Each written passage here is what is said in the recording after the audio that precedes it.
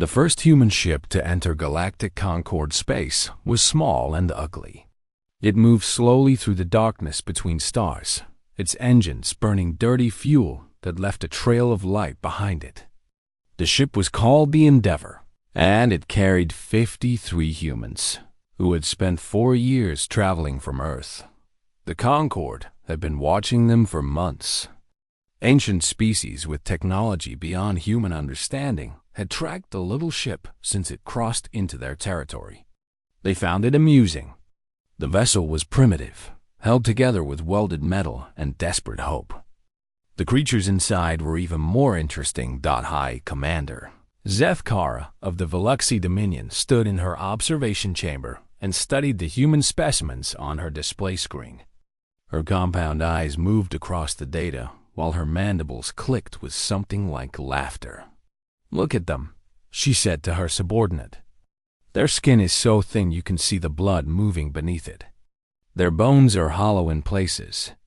They require a very specific temperature to survive, a very specific air mixture to breathe. They sleep for a third of their lives." She turned away from the screen. "They are glass creatures, fragile, breakable." Her subordinate, a younger Veluxi named Kreth, tilted his head. "They have spread across their home system quickly. They seem determined." "Desperation often looks like determination," Zethkar replied. "They breed fast because they die fast. They rush because they have no time. This is not strength. This is the panic of prey animals." The Galactic Concord was a coalition of 12 spacefaring species. Some had traveled between stars for 100,000 years. They had seen countless young species rise from their birth worlds, and they had learned to judge them quickly.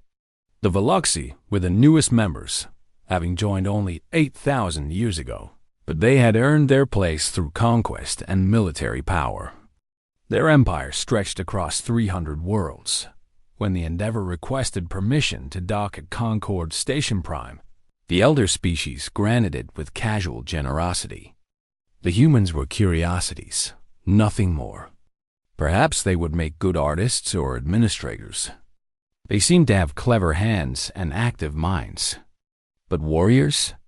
The idea was laughable. Ambassador Elena Vasquez was the first human to set foot on the station. She was 47 years old, with gray streaks in her dark hair and calm brown eyes that missed nothing. She had spent her career in diplomacy, and she understood power. She recognized it in the way the alien species looked at her delegation. She saw the amusement, the condescension, the dismissal. She said nothing about it. "We are grateful for the Concord's welcome," she told the assembled representatives. "Humanity comes in peace. We seek only friendship, trade, and a place among the stars." The Rethani ambassador, a tall being that resembled a walking tree, bent its branches in what passed for a smile. "You are young humans, so very young. But youth is not a crime. We welcome you to learn from us." Elena smiled and nodded and pretended not to notice the insult buried in the kindness. Over the following months, humanity was granted a small colony world on the frontier of Concord space. The planet was called New Cascadia, and it was beautiful in a wild way. Dense forests covered the continents, and clean rivers cut through valleys of purple grass. It was far from the major trade routes, far from anything important. The Concord considered it a generous gift. Humanity accepted it with appropriate gratitude. 40,000 humans made the journey to New Cascadia. They were farmers, scientists, engineers, teachers, and families. They built towns and planted crops. They established schools and hospitals. Children played in the purple grass, while their parents worked to turn an alien world into a home. Elena Vasquez returned to Earth, but she kept a close watch on the colony. She also kept a close watch on the Veluxi. High Commander Zethkara had not forgotten the humans either. She had studied them more carefully than any other Concord species, and what she learned confirmed her initial judgment. Humans were emotional creatures. They formed irrational bonds with each other, even with animals and plants. They mourned their dead with elaborate rituals.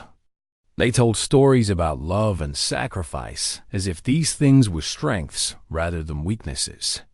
They are attached to everything, she reported to the Veluxy Council. Their children, their mates, their homes, their memories. This attachment makes them slow and stupid. When faced with loss, they become paralyzed by grief. They are perhaps the weakest sentient species we have ever observed. The council members clicked their mandibles in agreement. The world they have been given, one council member said. It is rich in minerals, is it not? Very rich, Zefkar confirmed. Particularly in quantum crystals. Enough to power a fleet for generations. And the Concord's protection? The humans are a minor species with no military value. The Concord will not risk conflict with us over glass creatures who cannot even defend themselves. The decision was made quietly, without formal announcement. Veluxy scouts began mapping New Cascadia's defenses. There were none worth mentioning. The humans had built no weapons platforms, no military bases, no orbital shields. They had built schools and hospitals and homes. Zethkara reviewed the invasion plan with satisfaction. Her forces would arrive in overwhelming numbers. The humans would be given one chance to surrender. Those who complied would be relocated. Those who resisted would be eliminated. The operation was scheduled to take 3 hours. They will not fight, she assured her commanders. And if they do, they will shatter like the glass they are. On New Cascadia, a retired Marine sergeant named Marcus Cole taught his 14-year-old daughter how to fish in one of the purple grass rivers. He was 58 years old, with scars on his hands and a gentle smile that hid old memories of war. "Dad," his daughter asked, "do you think the aliens really think we're weak?" Marcus watched the water flow past. "Some of them do, sweetheart. Doesn't that make you angry?" He was quiet for a long moment. "No," he finally said. "It makes me sad for them. Because if they ever test that theory, they're going to learn something terrible about themselves." "What's that?" Marcus looked at his daughter, at her bright eyes and her curious smile, and he felt the thing that lived deep in his chest. The thing that every human carried without knowing its name. The thing that could sleep for a lifetime and wake in a single heartbeat. "They're going to learn," he said softly, "that they were wrong." 3 months later, the Veluxy fleet appeared in New Cascadia's sky, and the universe changed forever. The message from New Cascadia arrived at Earth's Central Communications Hub at 9:47 in the morning. A young technician named David Park was the first to see it. He opened the file expecting routine colony reports. Instead, he watched video of burning towns and dying children and soldiers in strange armor, killing people who looked like his neighbors. His friends, his family thought he did not move for 7 minutes. Then, he picked up his communicator and called his supervisor. Within an hour, the message had reached every government on Earth. The world went quiet. Ambassador Elena Vasquez was in Geneva when she received the news. She watched the footage in a secure room with 12 other diplomats. No one spoke. When it ended, she stood and walked to the window and looked out at the city below. People were walking to work, drinking coffee, living their ordinary lives. They did not know yet how many dead. She asked without turning around. 38,000 confirmed, someone answered. 2,000 prisoners. The pilot who sent the message did not survive. Elena closed her eyes. She thought about New Cascadia, about the purple grass and the clean rivers. She thought about the children she had met during her visit, their faces bright with hope for their new home. "Contact the Galactic Concord," she said. "Inform them of what happened. Request an emergency session. And if they refuse to help?" Elena turned around. Her face was calm, but her eyes were not. "They will not help," The Veluxi are too powerful, and we are too small. The Concord will express sympathy and do nothing. Then why contact them at all? Because I want them to remember this moment. I want it recorded in their histories. When they refuse to stand with us. She picked up her coat. And I want them to stay out of our way. The Concord's response came within hours, exactly as Elena had predicted. The elder species expressed regret.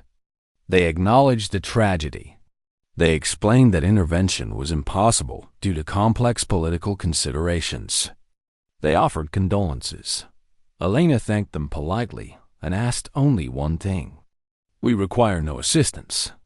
We ask only that the Concord remain neutral in any future conflict between humanity and the Veluxi Dominion. The Concord agreed, relieved that the fragile humans were being reasonable. Then Earth fell silent. For 72 hours, no human ship left port. No human transmission reached Concord space. The alien species who had grown used to human chatter and curiosity found themselves facing a wall of darkness. They sent messages asking if everything was acceptable. They received no reply. High Commander Zethkara noticed the silence. It made her uncomfortable in a way she could not explain. She had expected weeping. She had expected desperate pleas for mercy or assistance. She had expected the glass creatures to shatter under the weight of their grief. Instead, there was nothing. They are planning something, Kreth said carefully. They are mourning, Zethkara replied. Their kind processes lost slowly. They will cry for their dead, and then they will accept what happened. They are prey animals. They know when they are beaten. But even as she spoke, doubt crept into her mind. On Earth, there were no tears. Not yet. There would be time for tears later. For now, there was only work. In the halls of power, old enemies sat down together. Nations that had fought each other for centuries looked at the footage from New Cascadia and saw something more important than their ancient arguments. They saw human children dying under alien weapons. They saw human homes burning. They saw human faces twisted in pain and fear. And they made a choice. The President of the United European States called the Premier of the Eastern Coalition. We have differences, she said. They can wait. Agreed, he replied. What do you need? Everything. We need everything. Factories that had been making cars and appliances began making weapons. Scientists who had been developing consumer technology began developing military systems. Veterans who had retired to quiet lives felt something wake up inside them, something they thought they had left behind. They reported to recruitment centers without being asked. Colonel James Okonkwo had served with Marcus Cole 20 years ago. They had fought together in the resource wars, and they had remained friends through the years of peace that followed. When James learned that Marcus was dead, along with his daughter and thousands of others, he sat alone in his apartment for 1 hour. Then he put on his uniform and went to Central Command. I need a ship, he said. And I need soldiers. Volunteers only. This mission will be dangerous, and there is no guarantee of survival. The fleet is not ready, his superior replied. The new warships are still being tested. Then test them in combat. James leaned forward. They touched our children. Our children. If we wait for perfect readiness, we are not the species I thought we were. Within a week, 100,000 volunteers had signed up. Within 2 weeks, the number had reached 1 million. They came from every country, every background, every walk of life. Young soldiers and old veterans. Men and women. People who had never held a weapon, and people who had hoped never to hold one again. They trained with focused intensity. They learned Veluxi biology, Veluxi tactics, Veluxi weaknesses. They studied the footage from New Cascadia, not with horror, but with cold analysis. Learning from the sacrifice of those who had fought before them, the Concord's intelligence services tried to understand what was happening on Earth. They intercepted transmissions and analyzed data. Most of it made no sense to them.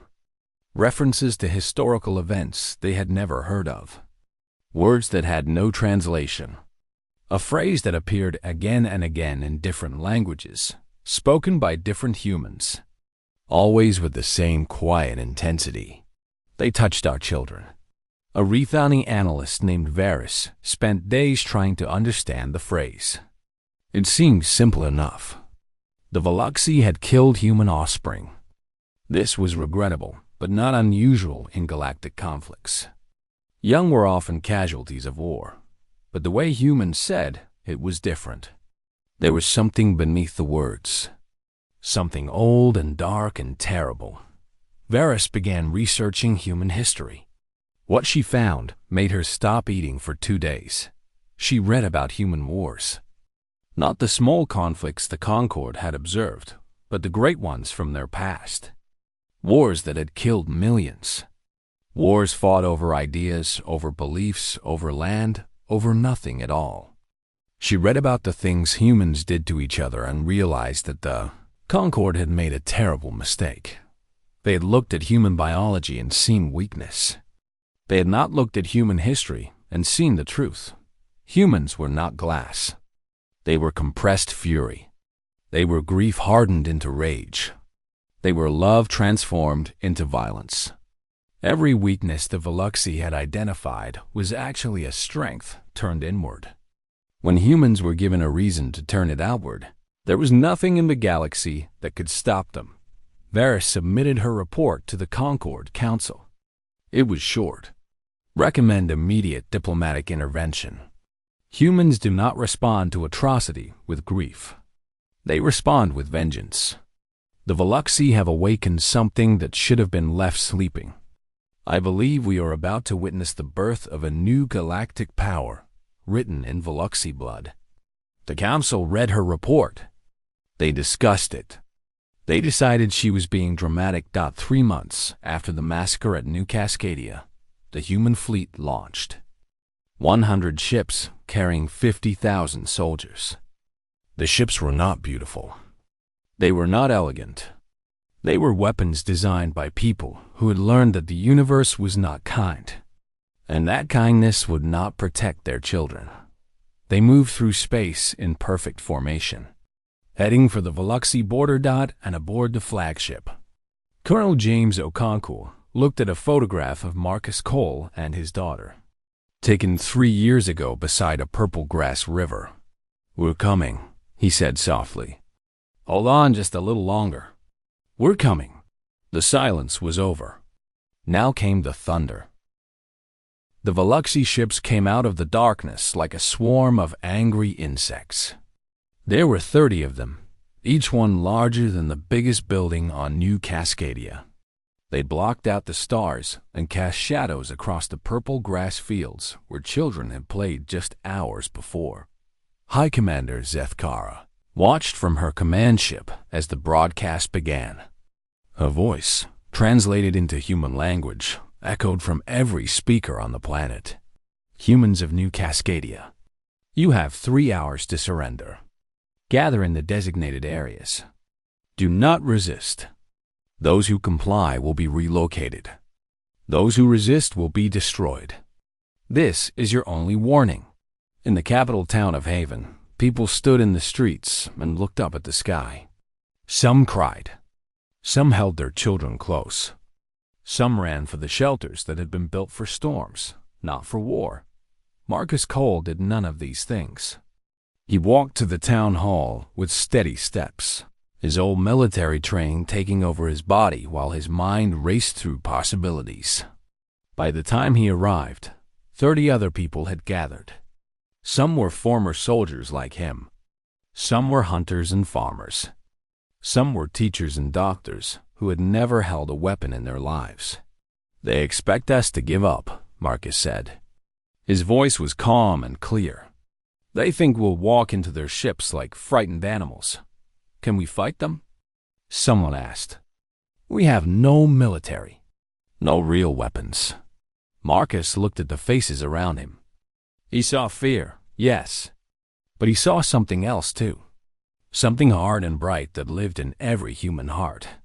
"We have hunting rifles," he said. "We have mining explosives. We have tools and knowledge and hands that can build anything. And we have something they don't understand." He paused. "We have each other. We have homes worth dying for. We have children to protect." A woman named Sarah Chun, a pilot who flew supply shuttles, stepped forward. "What do you need?" "I need people to evacuate the children to the cave systems in the northern mountains. I need people to set up medical stations. I need people who can fight." He looked around the room. "And I need someone to get a message to Earth. Whatever happens here, humanity needs to know." Sarah nodded. "I'll fly through their blockade if I have to." "You probably will have to." The 3 hours passed. The Veluxi landed their troops expecting terrified civilians waiting in surrender zones. They found empty streets instead. Empty buildings. A silent town that seemed abandoned. Then the first explosion ripped through their forward column, and the war for New Cascadia began. The Veluxi had planned for 3 hours. The battle lasted 11 days.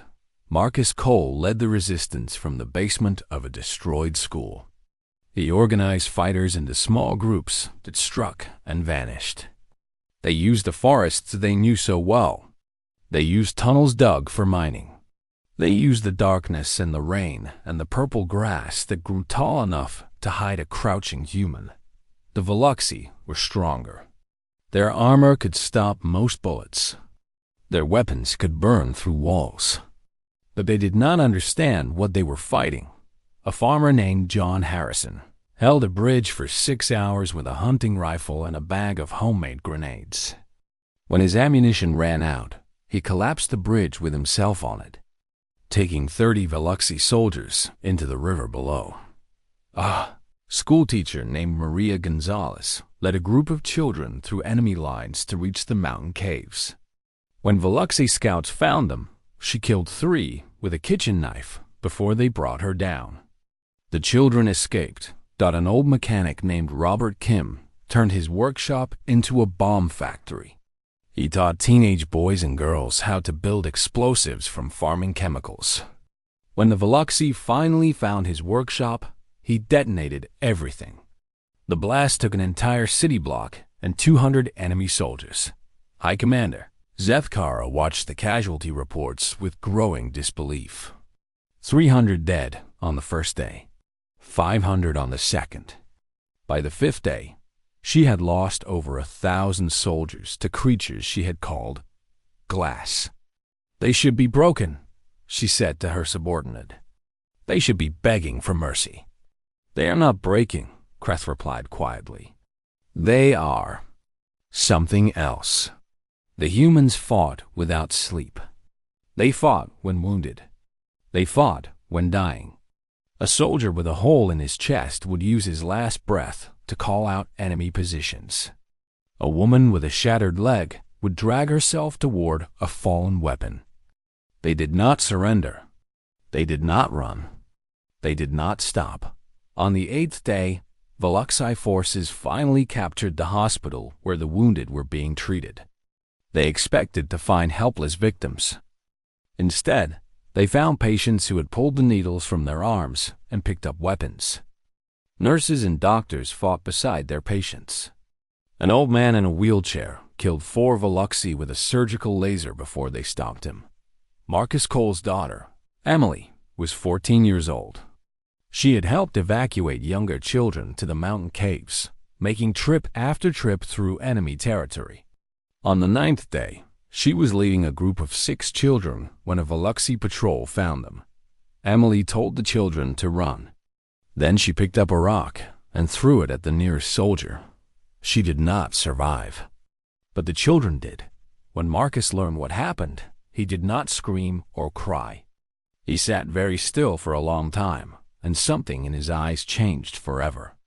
Then he stood up, checked his weapon, and went back to war. On the 11th day, the Veluxi finally won.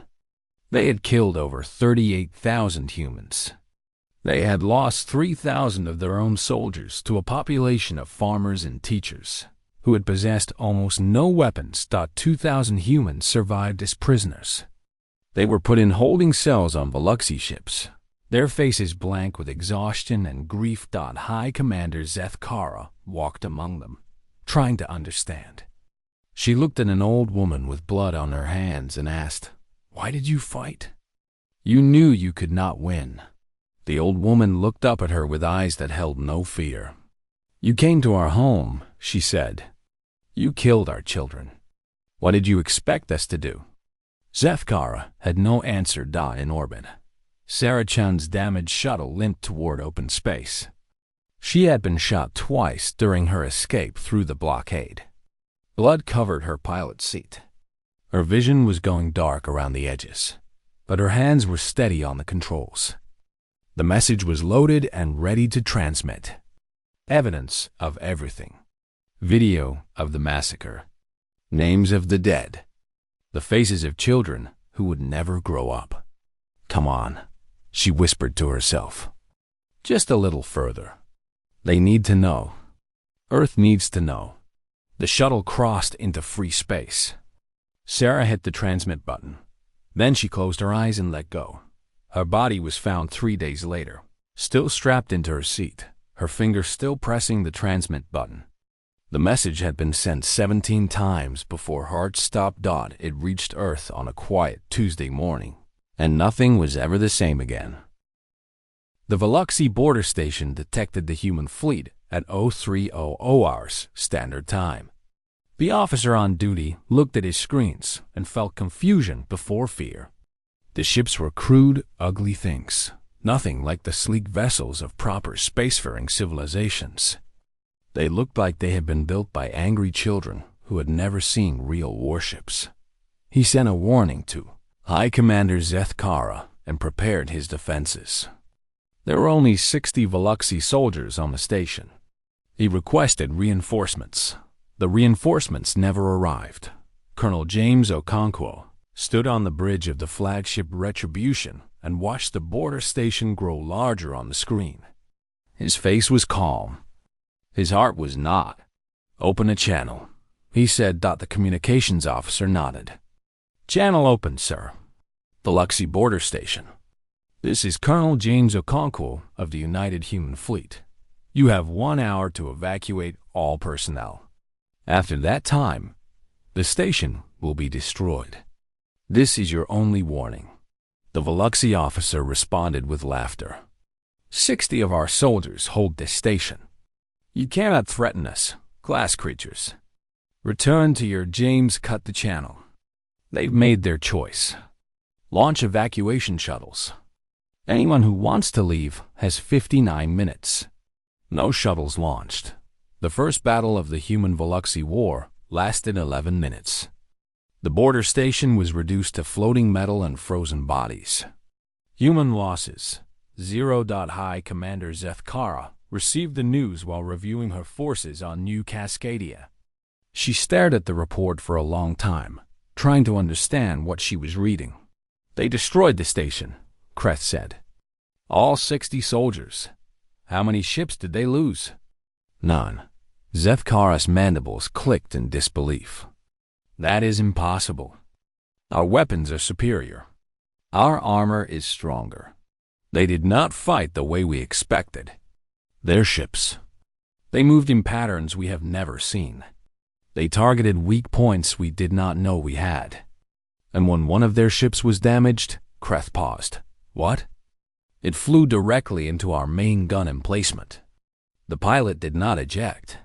He rode the ship into the explosion." Zeth Kara felt something cold move through her body. He chose to die. He chose to take our weapons with him. The human fleet moved deeper into Veluxy space. They did not stop for rest. They did not slow for caution. They moved with the steady, relentless pace of a predator that has found its prey's trail. More Veluxy stations fell. More Veluxy ships were destroyed. The tactics humans used were unlike anything in galactic warfare. When their ammunition ran out, they rammed. When their ships were crippled, They boarded enemy vessels and fought hand to hand. When they were wounded, they kept fighting. When they were dying, they used their last moments to aim their ships at enemy targets. The Luxy captain captured 3 human soldiers during one battle. He tried to interrogate them, hoping to understand their strategy. The humans said nothing. They sat in their cells with calm faces and waited. "Why do you not speak?" the captain demanded. "You are defeated. You are prisoners." One of the humans, a young woman with blood dried on her face, looked up at him. "We're not prisoners," she said. "We're behind enemy lines. There's a difference." That night, the 3 humans broke out of their cells using tools they had hidden in their bodies. They killed 12 guards, destroyed the ship's engine core, and died in the explosion. The captain escaped in a shuttle and spent the rest of his life having nightmares about calm brown eyes and the words, "There's a difference." The human fleet reached New Cascadia 4 months after leaving Earth. They found Veluxy occupation forces dug in across the planet, holding the surviving prisoners as hostages.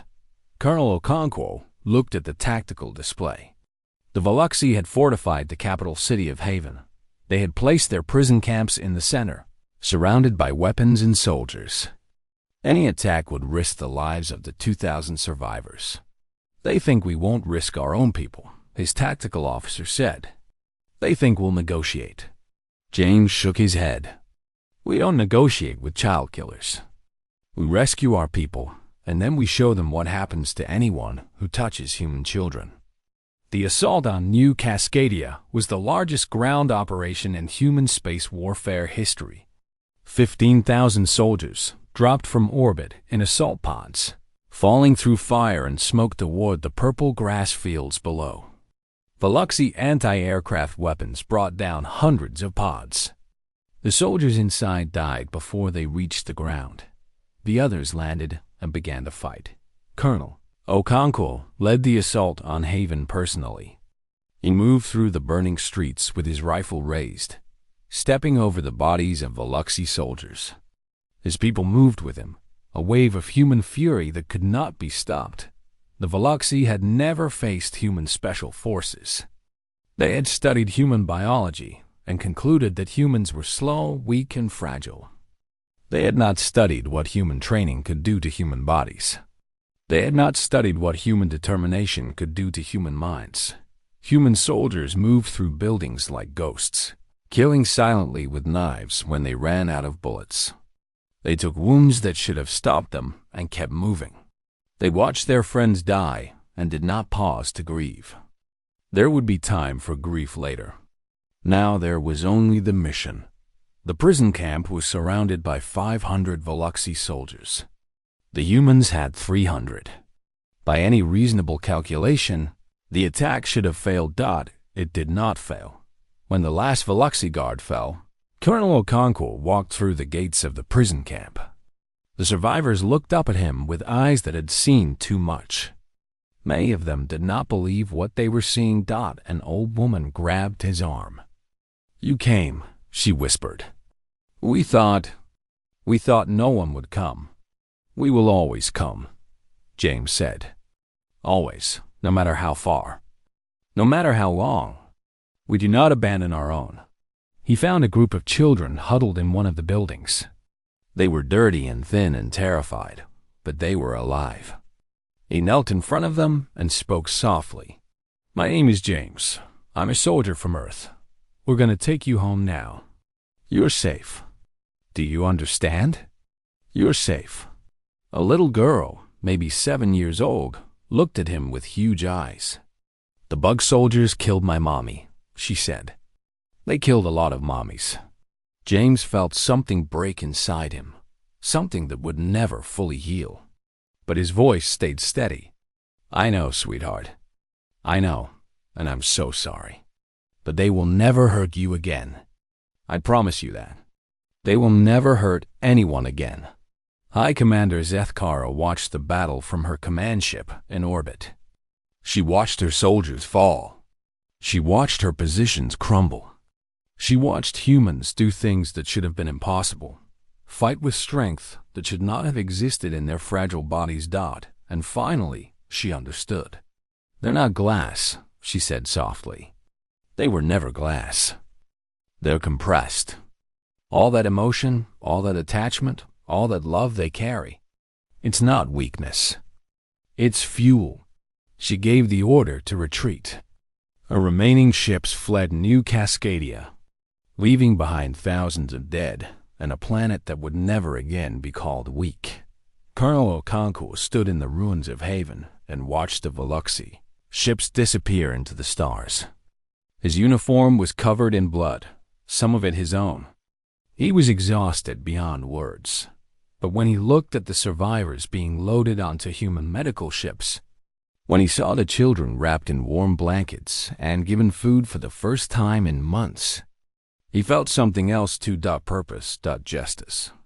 The knowledge that this was only the beginning. "This isn't over," he said to no one in particular. "We're coming for all of them. Every soldier who gave the orders. Every commander who approved the massacre. Every single one. The war for New Cascadia was won. The war for justice had just begun." The human campaign against the Veluxi Dominion lasted 18 months. It was not a war of conquest. It was not a war of extermination. It was something the galaxy had never seen before. A war of justice. Human forces moved through Veluxi space with cold precision. They did not attack civilian populations. They did not bomb cities. They did not take territory for themselves. Instead, they hunted. They found every officer who had participated in the New Cascadia massacre. They found every soldier who had killed children. They found every commander who had given the orders, and they brought them to trial. The Galactic Concord watched in amazement. They had expected the humans to seek revenge, to burn Veluxi worlds the way the Veluxi had burned New Cascadia. That was how wars worked. That was how angry species behaved. But humans did not burn worlds. They built courtrooms. The trials were broadcast across the galaxy. Human prosecutors presented evidence with careful attention to detail. Veluxi defendants were given legal representation. Witnesses testified. The process was slow and thorough and absolutely fair. "Why do they bother?" a Rithani observer asked. "They have the power to simply kill their enemies. Why do they waste time with these rituals?" Ambassador Elena Vasquez, who had come out of retirement to represent humanity at the Concord, smiled without warmth. "Because we are not monsters. We are not the Veluxi. We believe in something greater than revenge." What could be greater than revenge? Justice. Real justice. The kind that shows the universe who we are, not just what we can do. High Commander Zethkara was captured on the 47th day of the war. Human special forces found her hiding on a remote moon, protected by her last loyal soldiers. The battle was brief. Zethkara was taken alive. She was brought before a human tribunal on New Cascadia itself, in the rebuilt capital of Haven. The courtroom was filled with survivors. The faces of the dead watched from photographs on the walls. Emily Cole's school picture hung near the front, her 14-year-old smile frozen forever.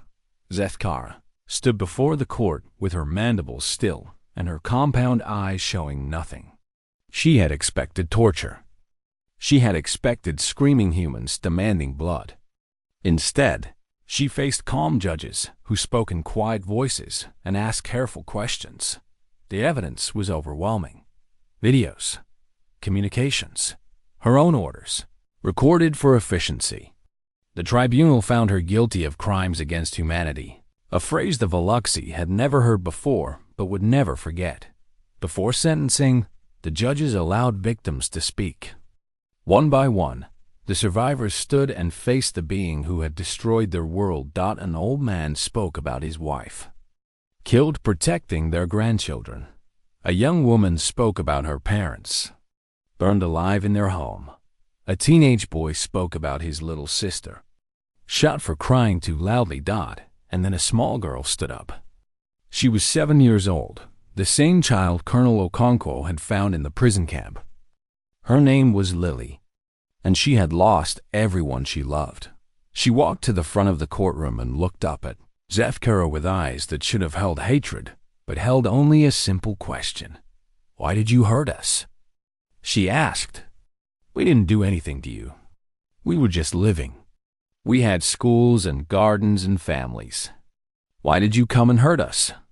For the first time in her life, High Commander Zethkara felt something she had always considered a human weakness. Shame. She had no answer for the child. There was no answer. She had killed for resources and power, and because she could. She had called these creatures glass and treated them like objects. Now she stood before them and saw what she truly was. "I do not know," she said finally. "I believed you were weak. I believed you did not matter. I was wrong." The tribunal sentenced Zethkara to life imprisonment. She would spend her remaining years on a prison station, forced to watch educational materials about every species she had harmed. She would learn their histories, their cultures, their dreams. She would understand exactly what she had destroyed. Some humans thought the sentence was too light. They wanted blood, but the majority understood something deeper. Death would have ended Zethkara's suffering. Life forced her to confront it.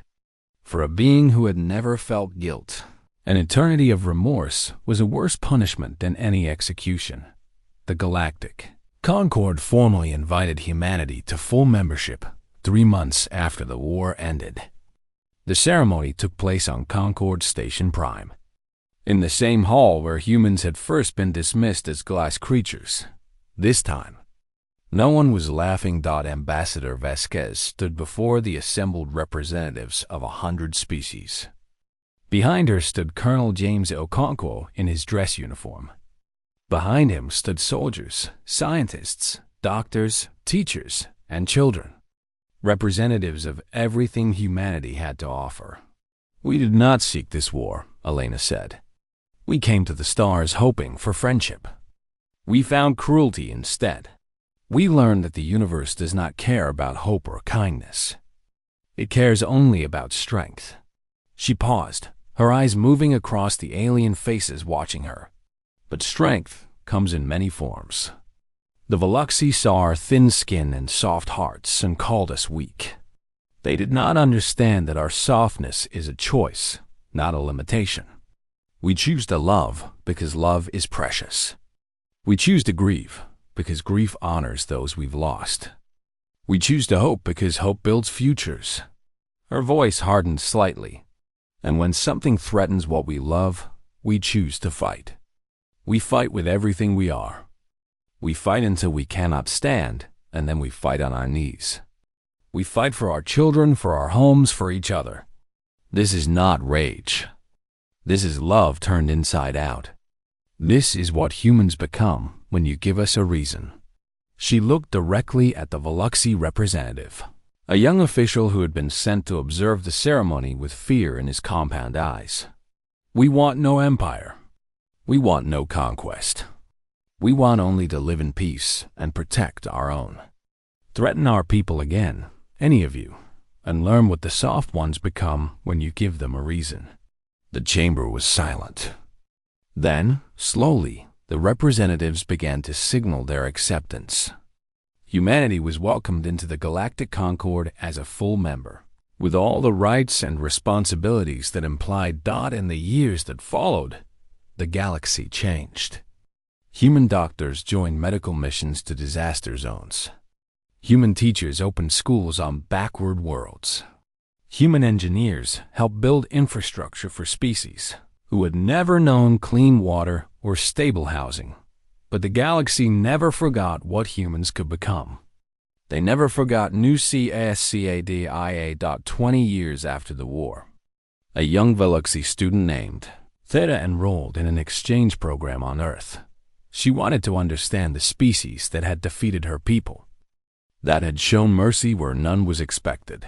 Her professor was an old man named David Park, the same technician who had first received the message from New Cascadia all those years ago.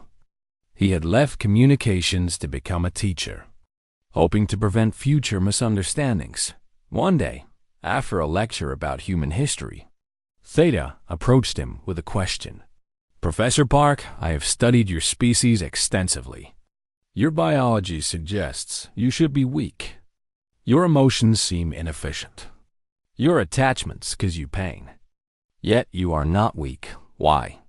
What makes humans fight so hard, despite their disadvantages?" David was quiet for a long moment. Then he reached into his pocket and pulled out an old photograph. It showed a family gathered around a dinner table, smiling at the camera. Parents, children, grandparents.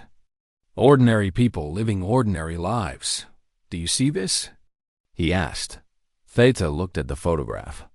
"It is a human family unit. It's my family. My daughter, my son, my wife, my parents. They are everything to me. Everything. I would die for them without hesitation. I would kill for them without remorse.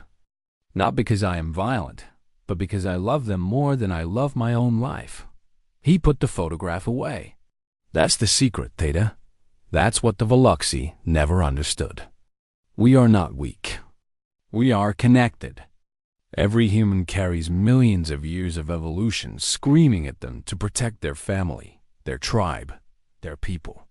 When you threaten a human's loved ones, you do not face one person. You face every ancestor who fought and died so that person could exist."